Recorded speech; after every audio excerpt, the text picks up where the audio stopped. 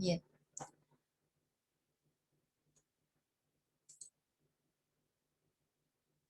Bien. Entonces, les estaba recordando acerca de la actividad práctica 4, que ustedes la tienen ya desarrollada en el campus, para que puedan comparar con lo que ustedes han podido hacer. Lo repito porque no estaba bien.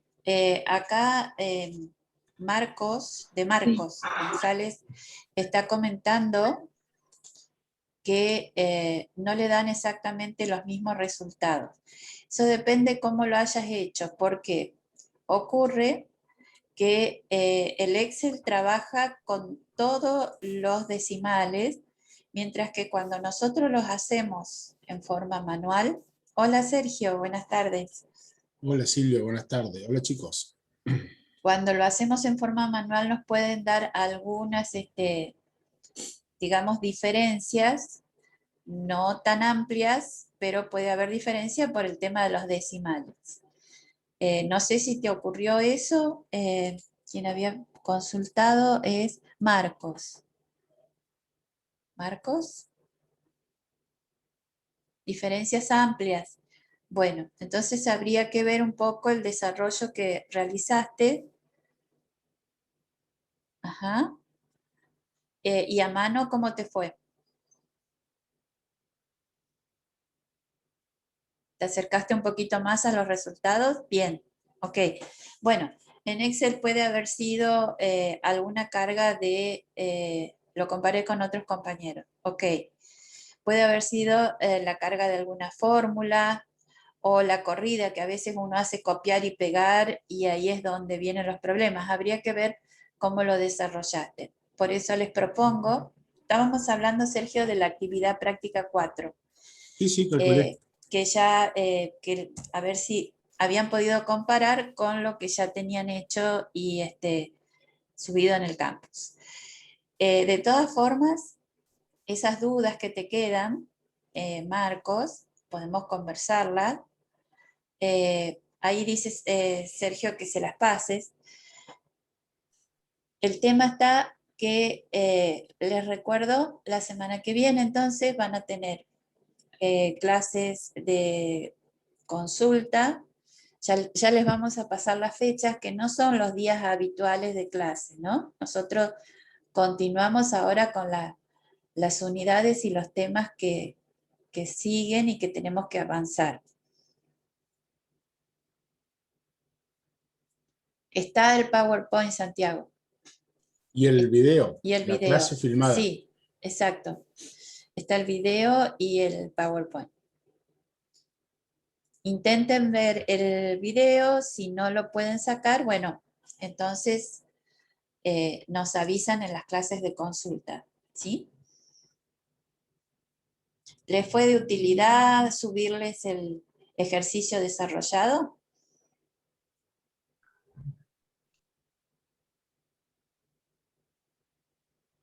¿Les fue de utilidad o no?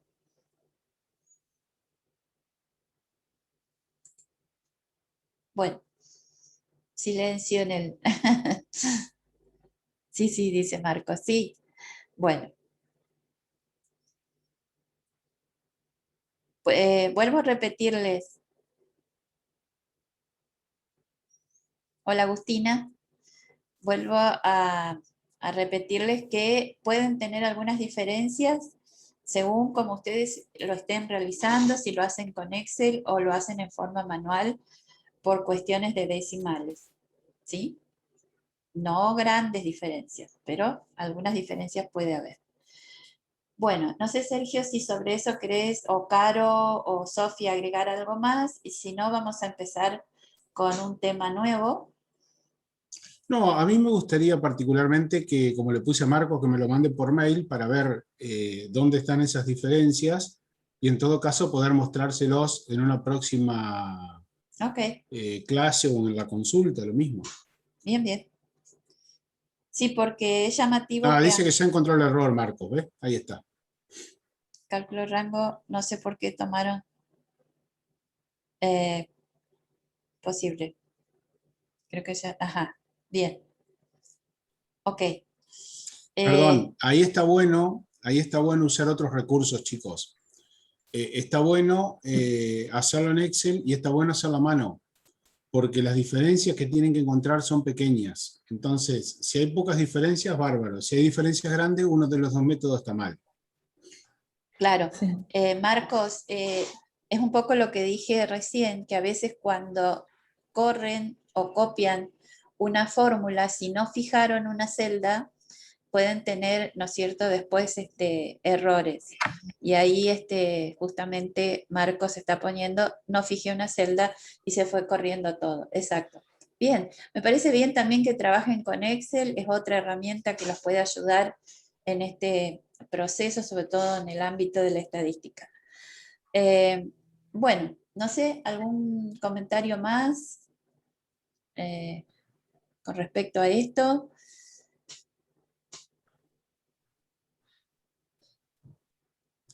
Bueno, Respecto de lo que dice Violeta, redondear, yo te preguntaría, Violeta, o te diría, mejor dicho, que te fijes tus datos, tus valores, cómo te los dan, cómo los obtuviste.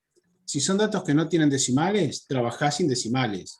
Si son datos que tienen un decimal, trabajás con un decimal. Si son datos que tienen dos decimales, trabajás con dos decimales. Vos tenés que devolver la información por lo menos de la misma manera que se te pide. Lo que sucede es que a veces, por ejemplo, cuando calculamos el promedio y el desvío estándar, y suponete que estemos trabajando con edades, que son números enteros, a veces es conveniente, porque generalmente dan los resultados también con decimales, ahí trabajar con un decimal o con dos decimales, no más de eso. No necesitamos que ustedes trabajen con 10 números decimales. Y lo mismo para las tablas. En las tablas no trabajen con más de dos decimales, porque si no, no, se van a perder, van a poner muchos números inútilmente y los cálculos son siempre muy parecidos los resultados. bien. Incluso yo agrego algo, Sí, sí, sí, Sergio, por claro. ahí, si lo quieres trabajar con dos decimales y a lo último redondear, siempre lo hacerlo al final de la resolución del ejercicio, no al inicio, como para también que los ayude a llegar al valor más parecido o más similar al ejercicio. Sí, pero yo les decía, porque si están calculando con una tabla de trabajo, por ejemplo, un desvío estándar, donde tienen que hacer, tienen que ya tomar el valor, el dato menos la media. Si a la media ya la ponen con 4 o 5 decimales como les da, están haciendo cálculos demasiado, con muchas cifras decimales, muy complejos, Sí, y los resultados que van a obtener son similares. En todo caso, vos a lo que te referís, que está bien, es que si usan Excel, por ejemplo, van a redondear el último resultado porque Excel siempre guarda todos los decimales. Pero si el cálculo lo están haciendo manual, no es necesario. Está bien. Lo que dijo Carolina está muy bien porque científicamente, digamos, es lo correcto, es lo que corresponde. Trabajar con todos los decimales y en el último paso redondear para no arrastrar errores de redondeo. Tal cual. Bien. Si no hay alguna otro comentario o consulta, vamos a avanzar un poquito porque tenemos que hasta cambiar un poquito la mirada de las cosas que vamos a hacer a partir de ahora. Lo que les quiero comentar es que el tiempo que nos queda, lo dije recién, pero para todos los que han ingresado más tarde, el tiempo que nos queda de acá al parcial, nosotros en las clases convencionales vamos a seguir, digamos, avanzando en los temas que corresponden. Vamos a tener otras clases que son aparte de nuestros horarios, por eso vamos a poner distintos horarios, cada uno se va a acomodar a donde digamos, le quede mejor. Vamos a hacer las clases de consulta en otros horarios. Entonces ahora vamos a comenzar con un tema que tenemos que, a ver si se ve ahí. ¿Se ve ahí? ¿Lo ven bien? Sí, Silvia. ¿Sí? ¿Se ve bien? Muy bien. Es un tema que nos va a permitir, o les va a permitir a ustedes, adquirir habilidades para tomar decisiones estadísticas, trabajando desde un grupo pequeño y poder sacar conclusiones para un grupo más grande. Hasta el momento, nosotros estábamos organizando y resumiendo datos. Lo que aprendimos hasta ahora es esta etapa 1 que figura acá, que corresponde a la estadística descriptiva, y nosotros lo que hicimos fue ver todas las posibilidades de organización de la información. No nos preguntábamos hasta este momento si esta información provenía de una muestra o de una población. Hace un tiempito atrás habíamos dado la definición de muestra y población. Población es el conjunto total de las unidades de análisis que queremos estudiar, y la muestra es un subconjunto representativo de la población que los vamos a seleccionar de alguna manera bastante particular cuando queremos, digamos, sacar conclusiones. Todo eso vamos a verlo un poquito más adelante. Estamos entrando a una segunda etapa, ¿sí? Que es la etapa, como les dije recién, que nos va a permitir tomar decisiones estadísticas, y lo vamos a ver, se los voy a leer como pregunta para que quede un poquito más claro, cómo emplear la información de una muestra, es decir, de un grupo más pequeño, para inferir las características de la población de la cual se tomó. Es decir, que estamos entrando a una segunda etapa. Como ven, aparece una palabrita que acá está resaltada, que es inferir, que es la etapa de la estadística inferencial o inferencia estadística. Siempre la gran división que tiene la estadística es la estadística descriptiva con la estadística inferencial. Hoy en día hay otros tipos de estadísticas, estadística espacial, geoestadística y demás, pero eso nosotros no vamos a ver, digamos, en esta ocasión. Lo que sí vamos a empezar a profundizar a partir de hoy en estadística inferencial. Lo que yo les voy a pedir, y por favor no se olviden, es que vean un video que ya está en el campus, que habla de los diferentes tipos de muestreo y cómo tomar una muestra. ¿Qué es eso de trabajar con una muestra? Es decir, cuando yo tengo que trabajar con un grupo más pequeño, que no es la totalidad de las unidades de análisis, que no es la población, que voy a trabajar con ese grupo, un grupo más pequeño, porque no tengo tantas personas para trabajar, no tengo suficiente dinero o recursos para llegar a la población. Entonces voy a trabajar con un grupo más pequeño. Ese grupo más pequeño está constituido por unidades de análisis que se seleccionan de una manera particular, ¿sí? Esas formas de seleccionar las unidades de análisis son lo que denominamos técnicas de muestreo. El video que ustedes tienen, que es de un profesor peruano, José Supo, tiene las técnicas, me pareció el más claro, que explica las distintas técnicas de muestreo, ¿sí? Y habla en particular técnicas de estadística de muestreo probabilístico, que eso lo voy a preguntar en la próxima clase, qué diferencia hay entre probabilístico y no probabilístico. Vamos a avanzar un poquito más porque son términos un poco nuevos para ustedes. Entonces, vamos a incluir en nuestro vocabulario estadístico el término inferir. Inferir. Vamos a ver qué significa inferir. Bien. Inferencia estadística. ¿Qué es esto?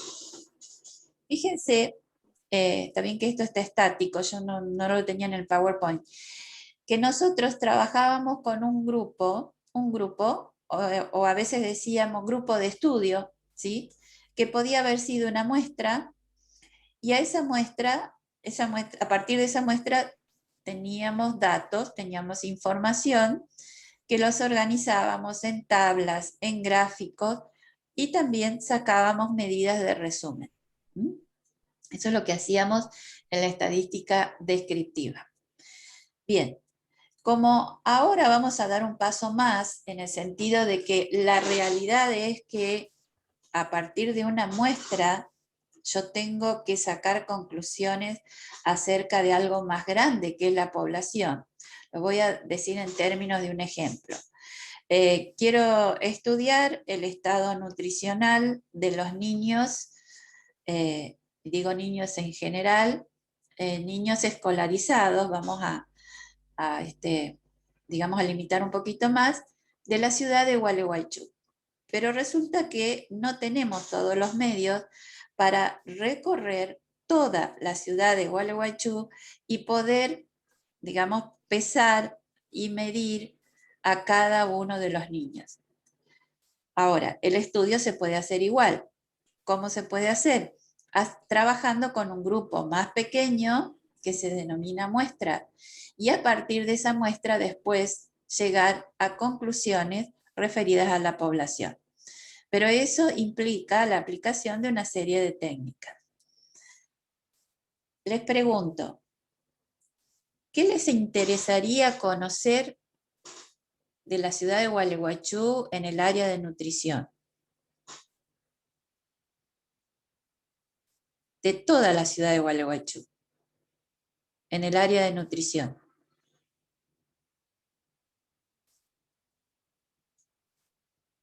¿Qué les interesaría conocer? ¿Hay alguien ahí o se fueron todos? Pueden abrir los micrófonos, porque a partir de los ejemplos de ustedes voy a explicar este cuadro.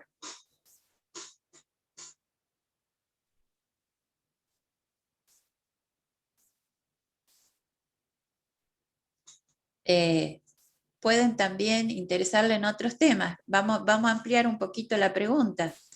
¿Qué les interesaría conocer a nivel de la ciudad de Gualeguaychú? Toda la ciudad, ¿eh? Toda la ciudad. Silvia, sí. ¿Querés que lo presente yo, que lo tengo en PowerPoint? Bueno, dale. Entonces por ahí sí, ya te salgo facilita. y te paso el... Sí. Yo tenía un PowerPoint. Ahí Marcos contestó quizás el índice de masa corporal de los niños. Bien, es bastante parecido al estado nutricional, pero está bien, Marcos. A ver, otro Malena ejemplo. Respondió la cantidad de gente que tiene obesidad. Ahí vamos, sí. Entonces, ¿cómo haríamos si queremos saber la cantidad de personas que tienen obesidad en Gualeguaychú? Si solamente es Malena y algún compañero más que tiene que hacer este trabajo.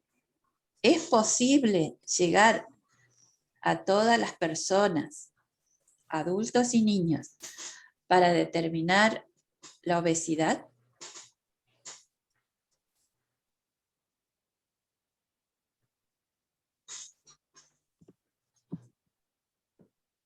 No. ¿Usted dice a todos, profe? ¿A todos? Adultos y niños. Sería muy complicado trabajar con todos, claro. Vamos, en todo caso, ahora yo lo limito. Adultos. ¿Sería posible llegar a todos los adultos de la ciudad de Gualeguaychú para determinar la cantidad o la proporción de personas con obesidad? Recuerden que determinar obesidad implica calcular el índice de masa corporal. Sí, Santiago, eso tiene que ver con la definición de unidad de análisis. Está bien lo tuyo, porque por adulto, por definición adulto es desde los 19 o 18 hasta, yo lo tenía acá, hasta los 44, adulto. Después está adulto mayor, y ahí en el medio está adulto joven. Vamos a poner de 19 a 44. Igualmente, es factible llegar a todos los adultos de 19 a 44 años de la ciudad de Gualeguaychú para estudiar su índice de masa corporal y ver cuántos son obesos. Ustedes se dan cuenta que con ese ejemplo estamos, digamos, verificando que es un trabajo bastante difícil llegar a estudiar una población. Y eso que le pusimos cierto límite, dijimos adultos, porque primero dijimos todos, después dijimos adultos y de un rango etario determinado. Entonces, es difícil cuando no tenemos los medios, los recursos, entonces, pero tenemos que estudiarlos igual. ¿Por qué? Porque nos piden un informe donde estamos trabajando, como licenciados en nutrición estamos en un hospital, y nos dicen, queremos saber si realmente la obesidad es un problema. Perfecto. Bien, entonces, como con la población no podemos trabajar, lo que tenemos que aplicar, ¿sí?, es una técnica que me permita seleccionar un grupo de personas representativo, y esa técnica se va a llamar muestreo aleatorio, ¿sí?, que me va a permitir a mí formar una muestra. Muestra, vuelvo a repetir, subconjunto de unidades de análisis que son representativas de la población. ¿Mm? Es decir, que si mi población, voy a dar cualquier número, es de 1 millón de personas, bueno, mi muestra se calculará el tamaño de muestral, tal vez necesito 10.000 personas, ¿sí? Siempre es un subconjunto de la población. Desde la simbología, lo vamos a ver también más adelante, población la representamos con una N mayúscula y la muestra con una N minúscula. ¿Sí? Perdón, simplemente para aclararle, Silvia. Sí. Con N mayúscula es la cantidad de unidad de análisis que hay en la población, o sea, el tamaño de la población. Tamaño de la población. Y con N minúscula el tamaño de la muestra. Exacto. Digo porque muchas veces van a confundirse más adelante y van a decir, muestra N. No, la muestra no tiene identificación, sino el tamaño, ¿no? Es el tamaño. Entonces, acá estamos hablando de dos cuestiones importantes, ya que Sergio trajo este término. Para llegar a determinar una muestra a partir de un muestreo aleatorio, como dice ahí, esa técnica, que es un muestreo aleatorio, necesitamos también hacer un paso previo que es el cálculo del tamaño de la muestra. Entonces, hay dos aspectos que tengo que tener en cuenta para llegar a determinar la muestra. El primero es la determinación del tamaño de la muestra, o sea, un cálculo, ¿sí? Cálculo del tamaño de la muestra, y después determinar qué técnica de muestreo voy a utilizar, cómo los voy a seleccionar a esas unidades de análisis que van a formar parte de la muestra. Así que recuerden que para llegar a la muestra, si queremos que sea una muestra aleatoria, para poder realizar inferencias, entonces tenemos que tener en cuenta estos dos aspectos, el cálculo y la técnica de muestreo. Bien. Una pregunta para los chicos. Sí. Yo acabo de escribir arriba el tamaño.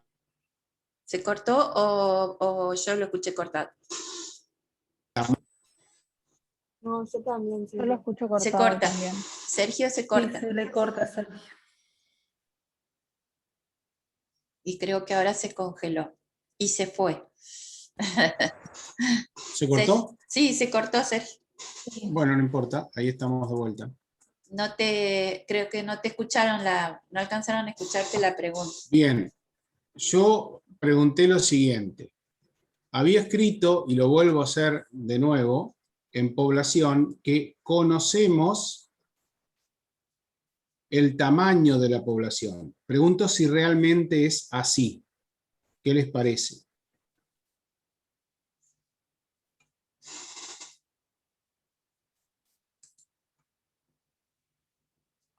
¿Qué A les mí me parece? parece que depende del tamaño de la población, va a cierta cantidad de muestra, entonces sí No, tendría pero no estoy preguntando eso, Catherine.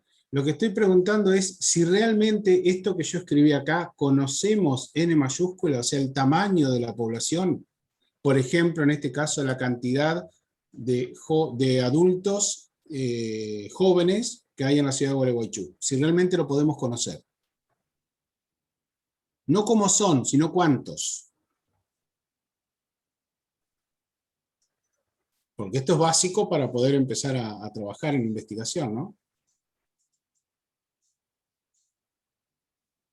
Y si no lo conocemos, ¿podemos Yo creo averiguarlo? que sí se podría conocer. Actualmente no lo conocemos, pero hay registros, por ejemplo, donde deben estar la población. Bien, te referís a censos. Hay casos que sí lo pueden conocer, y les comento que hay casos, en el ejemplo que dimos podemos conocer, sí, a través de la información de un censo, pero hay casos que también puede ocurrir que no conocemos la población, ¿sí? Y eso no, digamos, no nos tiene que alterar estadísticamente, porque podemos seguir trabajando con otras técnicas, ¿sí? Que son justamente para poblaciones desconocidas. Así que creo que, Sergio, es eso lo que vos apuntabas, Sí, sí, por que se supuesto. pueden dar las dos situaciones. En este caso, bueno, nos vamos a la información del censo y tenemos conocimiento de la cantidad de adultos que hay en la ciudad de Gualeguaychú. Pero a veces hay temas, o cuando hablamos de otro tipo de temas, que los desconocemos, ¿sí? Así que pueden ocurrir las dos situaciones. Bien. A partir entonces de esta muestra, como les dije hace un ratito, y era la actividad que hacíamos, digamos, en toda la unidad anterior, nosotros, sobre todo cuando hablábamos de variables de tipo cuantitativa, bueno, obteníamos nuestras medidas de resumen, ¿sí? Y si esas medidas de resumen las obtenemos de una muestra, van a tomar un nombre que ahora ustedes se tienen que familiarizar, que es el de estimadores. Es decir, esa media, ese desvío que nosotros sacábamos, que calculábamos, cuando provienen de una muestra se denominan estimadores. Algunos otros autores los llaman estadísticos, pero nosotros los vamos a mencionar como estimadores de acá en más. A partir entonces de esos estimadores, ¿sí? A partir de esos estimadores, ¿qué es lo que vamos a hacer? Ahí está, sí, la media, el desvío, las proporciones cuando estamos hablando de otro tipo de variables, ¿sí?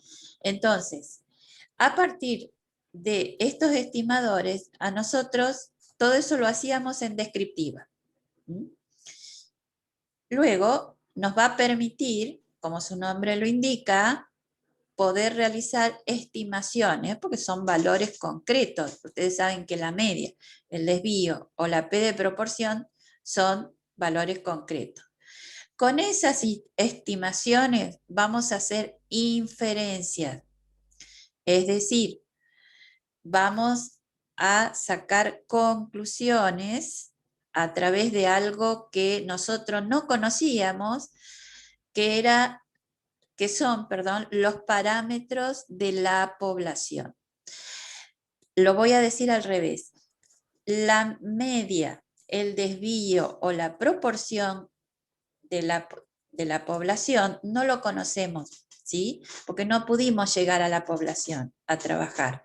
Entonces, eso que acaba de escribir ahí, Sergio, que tiene otros símbolos, ahora los vamos a destacar, que es la media, el desvío y la proporción, ¿sí? Son los parámetros que para la mayoría de las veces son desconocidos, porque no conocemos la población. Entonces, voy a volver a dar la vuelta. A partir de la muestra, nosotros calculamos y trabajamos con las medidas de resumen, que son nuestros estimadores, ¿sí? Esos estimadores nos van a permitir hacer estimaciones, porque son valores concretos, y vamos a poder estimar e inferir. Inferir es como hablar de, ¿sí? Vamos a poder inferir acerca de los parámetros que no los conocíamos de la población. Entonces, la media, el desvío y la proporción de la población se denominan parámetros, ¿sí? Que normalmente no los conocemos porque no llegamos a trabajar con la población. Entonces nosotros tenemos que aplicar técnicas estadísticas que nos permitan llegar a conocer con cierto grado de error, ya vamos a incluir otra palabrita, los parámetros que caracterizan a esa población. Para ello, ahí apareció, para ello vamos a utilizar la teoría de la probabilidad. ¿Por qué? Porque yo tengo que decir, y ahí entra en juego también el azar, cuando selecciono un individuo, en este caso eran adultos, ¿no? de la población de Gualeguaychú, ¿y cuál es la probabilidad que seleccione un adulto que sea representativo y que tenga las condiciones que yo quiero estudiar? Entonces, cuando uno selecciona, está en juego el azar, ¿sí? Y ese azar va a hacer que yo dé mis conclusiones o los parámetros con un cierto grado de error, ¿sí? Es el error que me produce el azar. No estoy hablando de error sistemáticos que se llaman por pesarlo mal o medirlo mal o porque no cumple con los criterios que establecí. Que después vamos a ver. ¿Puedo dar un pequeño ejemplo ahí? Sí. Si ustedes estaban preocupados por estudiar el estado nutricional de los adultos jóvenes de la ciudad de Gualeguaychú, sobre todo que querían estudiar el caso de la obesidad, a ese muestreo aleatorio van a ver en ese video que les mencionaba Silvia, que la forma más sencilla de hacer es tener un listado de todos los habitantes de Gualeguaychú que tienen entre 18 y 44 años, asignarles un número a cada uno y hacer un sorteo. Supongamos que sean 5.000 personas y yo tengo que seleccionar 100. Entonces por sorteo saco 100 numeritos. Pero puede pasar que en ese sorteo me salgan prácticamente todos con peso normal o desnutridos. Entonces ahí entra el azar a jugar y yo que quiero estudiar la obesidad me encuentro con que en mi muestreo no aparece ninguno con esa característica o aparecen muy poquitos. O puede pasar al revés, hago el sorteo y me aparecen todos obesos. Entonces eso es lo que nosotros decimos que son errores que se pueden producir, pero como consecuencia del azar, del muestreo aleatorio. Claro, algo que no dijimos, que muestreo aleatorio, esa palabrita aleatorio, tiene que ver con el azar. Elegimos al azar, ¿sí? No porque lo tengo más cerca o porque me gusta o porque es mi amigo, ¿sí? Sino que elegimos al azar. A eso se refiere cuando aparece ese concepto aleatorio. ¿Se entendió? Ya estamos Sí. por terminar, sí. En todo caso, Sergio, si querés, a ver si queda un segundito, ¿cuáles son esos símbolos que caracterizan a los parámetros? ¿Cómo no? Cuando nosotros hablamos de muestra, siempre usamos letras latinas, la X para la media, con el guión arriba, la S para el desvío estándar y la P para proporción. Y cuando hablamos de parámetros de la población, para la media usamos la letra griega mu, para el desvío estándar la letra griega sigma, y para la proporción esta letra que ya la conocen ustedes, que es la letra griega pi.